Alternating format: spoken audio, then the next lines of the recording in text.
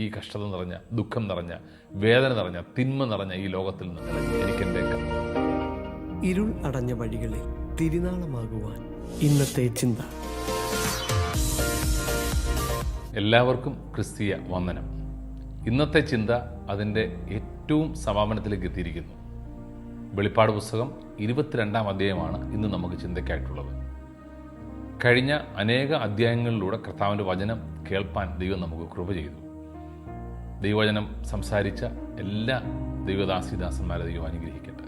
പലർക്കും അത് അനുഗ്രഹമായി എന്നറിയുന്നതിൽ സന്തോഷമുണ്ട്. പ്രത്യേകിച്ച് ഇതിന് നേതൃത്വം കൊടുത്ത പ്രിയ ബിദിൻ ബിജു, അദ്ദേഹത്തെ ഓർത്ത് കർത്താവിന് സ്തോത്രം, അദ്ദേഹത്തോട് നന്ദി അറിയിക്കുന്നു.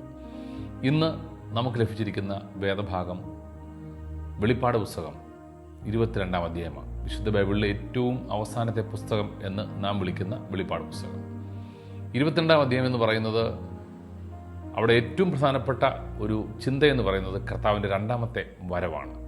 നമ്മുടെ എല്ലാം പ്രതീക്ഷയും പ്രത്യാശയും അതുതന്നെയാണല്ലോ, കർത്താവിൻ്റെ വരവിന് വേണ്ടി കാത്തിരിക്കുന്നവരാണ് നാം.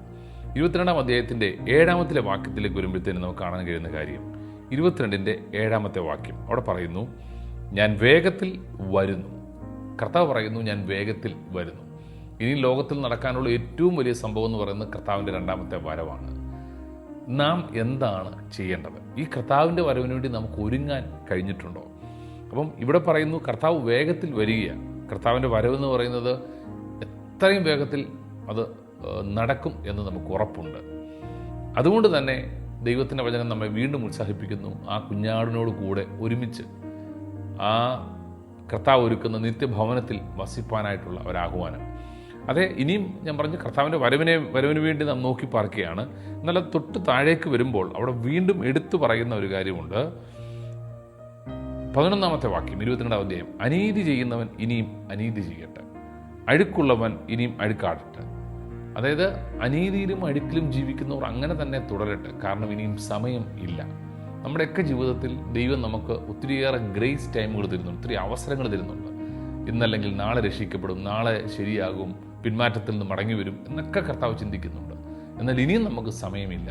ഇതൊരു അവസാനത്തെ ഒരു സമയത്തിലേക്ക് വന്നിരിക്കുക. അതുകൊണ്ട് തന്നെ ദൈവം നിങ്ങൾക്ക് നൽകുന്ന സമയം മനസ്സിലാക്കിയിട്ട് തെറ്റും തിന്മയും അനീതിയും ഒക്കെ വിട്ട് കർത്താവിനെ പിന്തുടരാനുള്ള ഒരു സമാപന ആഹ്വാനം ദൈവാത്മാവ് നിങ്ങൾക്ക് തരിക.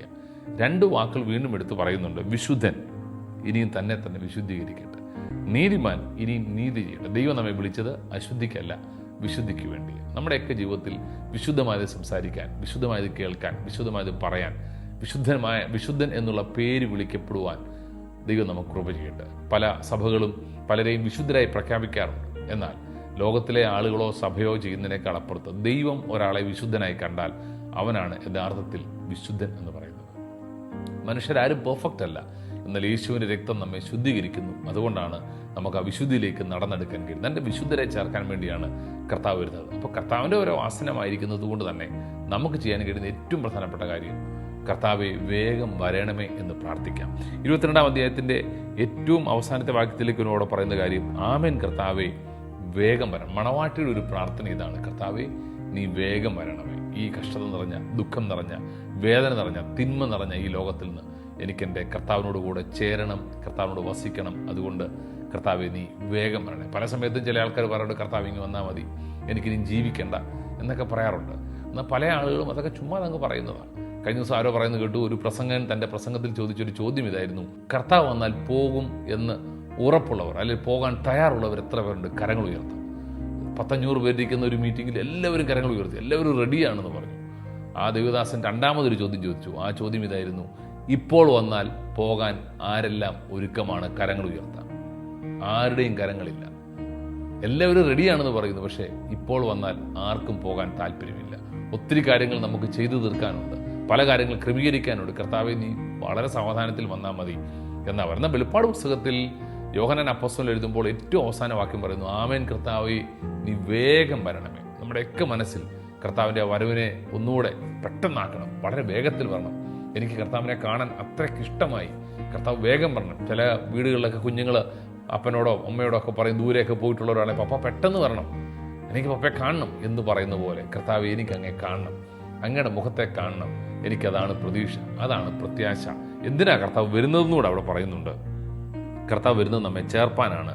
ഒപ്പം തന്നെ 12-ാം വാക്യം പറയുന്നു, ഇതാ ഞാൻ വേഗം വരുന്നു, ഓരോരുത്തന് അവനവൻ്റെ പ്രവൃത്തിക്ക് തക്കവണ്ണം കൊടുപ്പാൻ പ്രതിഫലം എൻ്റെ പക്കലുണ്ട്. പ്രതിഫലവുമായി കർത്താവ് വരികയാണ്. നിങ്ങൾ ചെയ്തതിന് പ്രതിഫലം, കർത്താവിൻ്റെ അധ്വാനിച്ചതിന് പ്രതിഫലം, നിങ്ങൾ അതായത് കർത്താവിൻ്റെ നാമത്തിൽ ഒരു ഗ്ലാസ് വെള്ളം കൊടുത്താലും പ്രതിഫലം ഉണ്ടെങ്കിൽ നിശ്ചയമായിട്ടും ദൈവം നിങ്ങൾക്ക് പ്രതിഫലം തരും. അതുകൊണ്ട് കൊടുത്ത് ക്ഷീണിച്ചു പോകേണ്ട. കർത്താവിന് വേണ്ടി ആയുസ് കൊടുക്കാം, ആരോഗ്യം കൊടുക്കാം, നമുക്ക് ലഭിച്ചിരിക്കുന്ന താലന്തുകൾ കൊടുക്കാം, ദൈവം നമുക്ക് തരുന്ന സമ്പത്തിനെ കൊടുക്കാം. എല്ലാം ദൈവരാജ്യത്തിൻ്റെ കെട്ടുപണിക്ക് വേണ്ടി ആയിത്തീരട്ടെ. അങ്ങനെ ചെയ്താൽ നമുക്ക് നിത്യതയിൽ നമുക്ക് പ്രതിഫലം വാങ്ങിക്കാം. ചില പ്രതിഫലങ്ങളായി കർത്താവ് കടന്നു വരുന്നു. അതുകൊണ്ട് തന്നെ നമുക്ക് പറയാം, കർത്താവെ ഞാൻ റെഡിയാണ്.